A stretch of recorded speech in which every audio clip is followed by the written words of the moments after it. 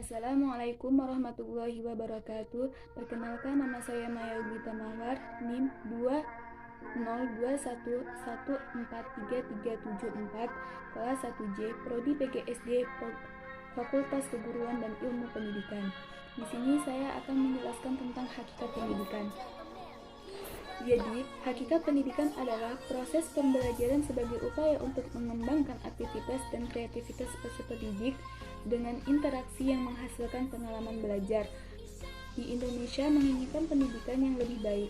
Hal ini yang melatar belakangi terjadinya pengertian kurikulum secara terus-menerus.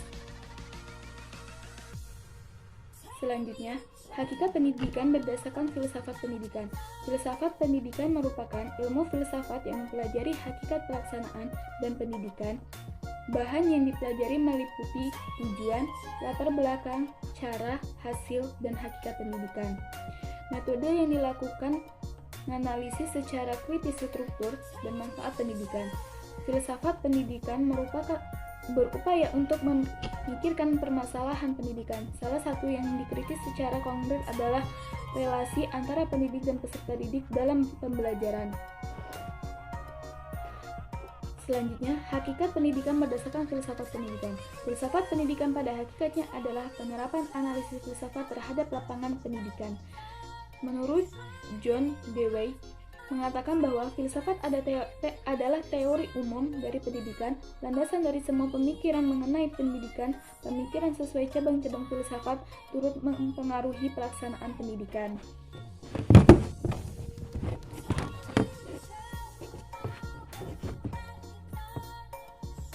Objek-objek kajian filsafat pendidikan.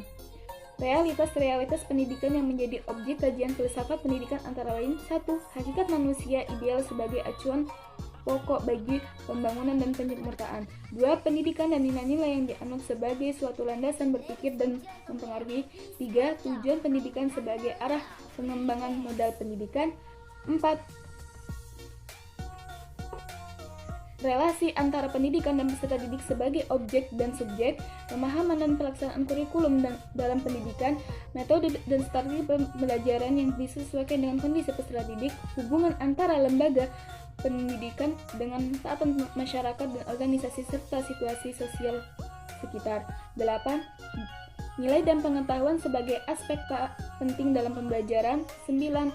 Kaitan antara pendidikan dengan kelas sosial dan kenaikan taraf